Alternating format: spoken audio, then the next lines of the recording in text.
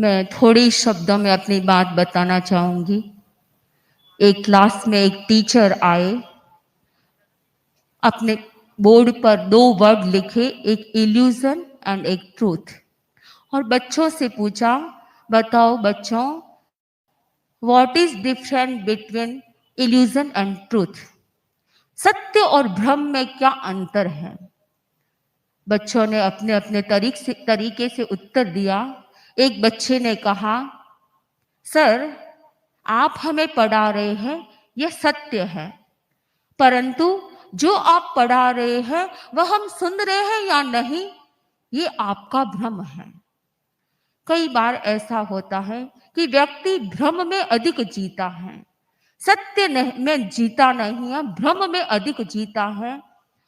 हम अनेक लोग धर्म करते हैं और कहते हैं कि हम धर्म कर रहे हैं, परंतु जिसके जीवन में अध्यात्म नहीं है, तो ये समझना चाहिए कि वह भ्रम में अधिक जी रहा है, सत्य में कम जी रहा है।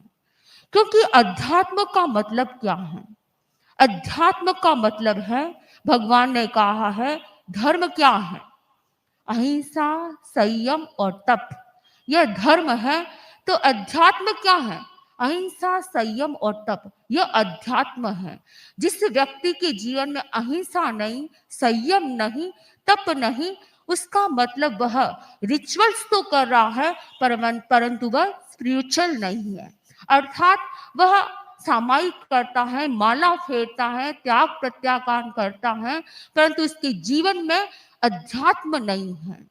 जब तक अध्यात्म नहीं आता है, तो बाहर से कितने भी हम रिचुअल बन जाए, अनेक ऐसी क्रियाएं कर ले, कोई मंदिर जाए, कोई कहीं पर पूजा पाठ करे, कोई सामायिक करे, परंतु भीतर में अध्यात्म निष्ठा नहीं है, तो समझना चाहिए कि वह भ्रम में जी रहा है। हमें भ्रम में नहीं जीना है, अध्यात्म में जीना है। और अध्यात्म में जीने के लिए हमें अहिंसा को भी समझना होगा। जो व्यक्ति अहिंसात्मक जीवन जीना चाहता है, उसे हिंसा को भी समझना होगा। जब तक हिंसा के कारणों को नहीं समझता है, तब तक वह अहिंसा का जीवन नहीं जी सकता है। व्यक्ति हिंसा क्यों करता है? हिंसा के अनेक कारण होते हैं।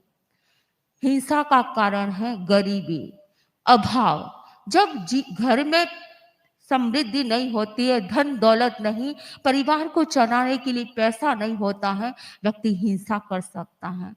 हिंसा करता है व्यक्ति अपने कषायों के उत्तेजना के कारण।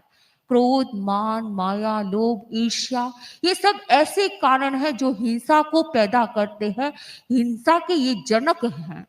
इन सब से हमें बचने का प्रयास करना है। जब तक हिंसा के कारणों को नहीं समझेंगे, तब तक हम अहिंसा का पालन नहीं कर सकते हैं।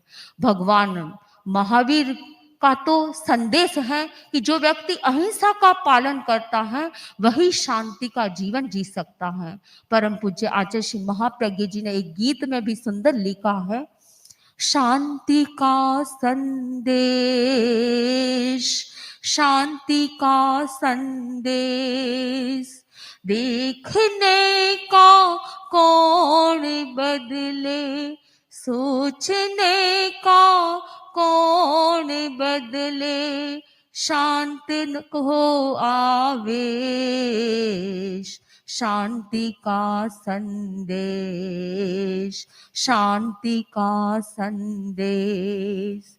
हिंसा का कारण है रोटी और गरीबी उसकी छोटी, हिंसा का कारण है रोटी और गरीबी उसकी छोटी।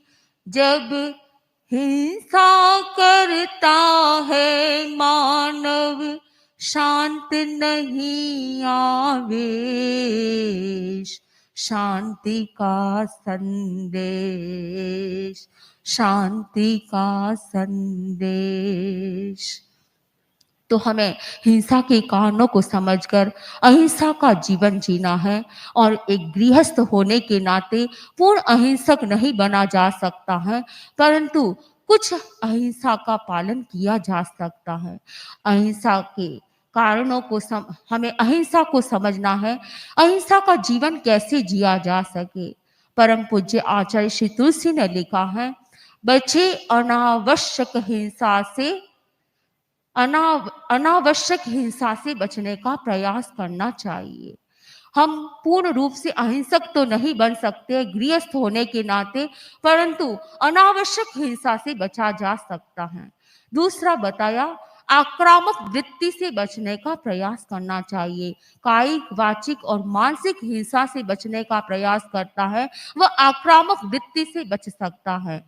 तीसरा कारण है, हम आत्महत्या करने से बचने का प्रयास करें, यानी जीवन में कभी आत्महत्या न करें। और चौथा है, हम भ्रूण हत्या न करें।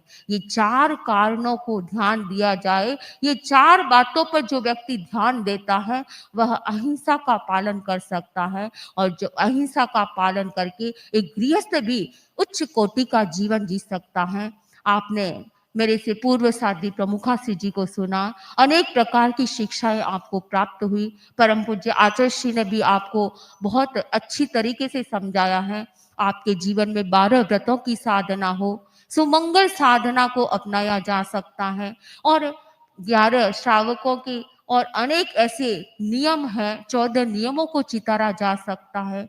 अनेक ऐसे प्रकार की अहिंसा की पालना करके अपने जीवन को उन्नत बनाया जा सकता है, अध्यात्ममय जीवन जिया सकता है।